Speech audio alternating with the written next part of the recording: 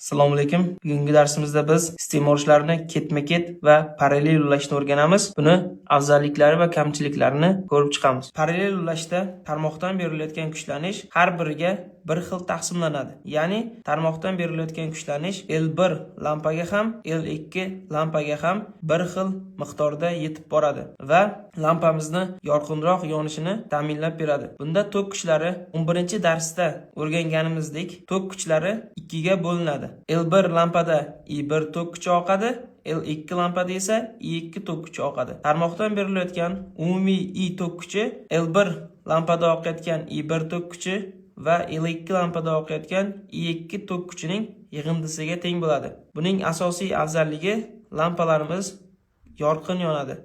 Buni hozir amaliy jihatdan ko'rib chiqamiz. Parallel ulashni amaliy jihatdan ko'rib chiqamiz. Ya'ni hozir bu yerda ushbu sxema bo'yicha lampochkalarimizni yig'dik. Bunda L1 va L2 lampochkamiz bir-biriga nisbatan parallel ulanyapti. Bu yerda L1 lampamizdagi tok kuchi 0.065 amper, L2 lampamizdagi tok kuchimiz esa 0.075 amper bo'lyapti.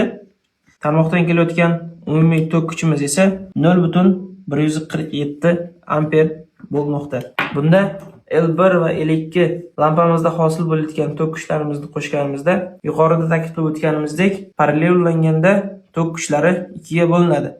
Bu Kirchhoff qonuniga ham amaliy misol bo'la oladi. L1 va L2 lampamizda hosil bo'layotgan tok kuchlarini qo'shganimizda umumiy tarmoqdan kelayotgan tok kuchiga teng bo'ladi.